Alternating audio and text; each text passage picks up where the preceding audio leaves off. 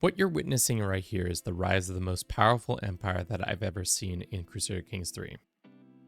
By the year 3315, the HRE controls most of the map, with some outliers in the Horn of Africa and easternmost part of the map, plus Britannia. Side note, I love how Britannia is just watching this massive empire grow and just vibing out the whole time.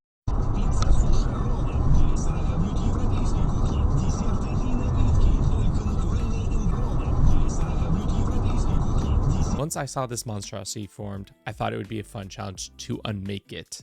We will be trying this first as an external nation and then as a vassal to this mighty beast. Starting off as the indomitable Ryanite, the handsome, the last ruler on the map that isn't Catholic, we begin to take stock of how big this hill we have to overcome is. Let's set the scene. On one side we have the HRE, sporting over 1 million troops, about 11 million gold. And on the other side we have the Abyssinians, who have about 100,000 troops and about 3.5 million in gold.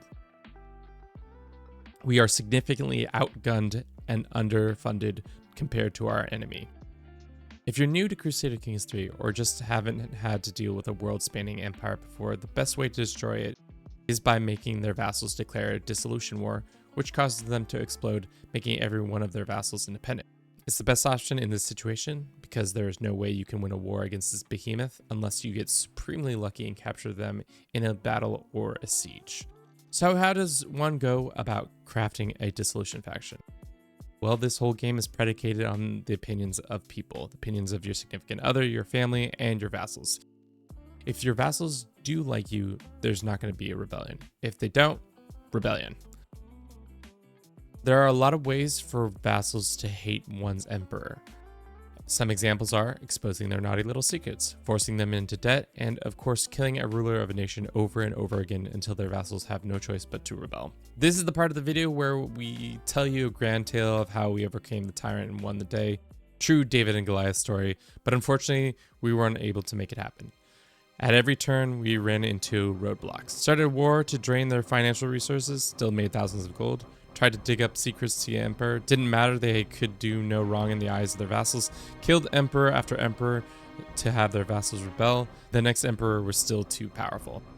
In the end, I came to the conclusion that the best way to take down the empire was from the inside. As before, we had the same challenge. Our foe has more money, more troops, and more resources than us. So what do we do when all those things are true? We forcibly kidnap the emperor's heir and also murder him. Oldest trick in the book. Here's Kevin's 5 steps to program to destroying a kingdom or empire. Step 1, create or join a dissolution faction. Step 2, get enough points into intrigue to be able to kidnap. Step 3, start a kidnap scheme against your liege or their heir. Step 4, lose part of your title to a family member in kind of derailing your whole plans. Step 5, declare your dissolution war right before kidnapping your liege or heir, which will give you 50 war score for the heir or 100 for your liege. And that's how simple it can be. Obviously, this took several in-game years to accomplish, but it's one of the surefire ways to get a dissolution war to succeed. With the empire destroyed, we could all rest easy. If you enjoyed this little video, please consider subscribing to the channel, and as always, have a good rest of your day.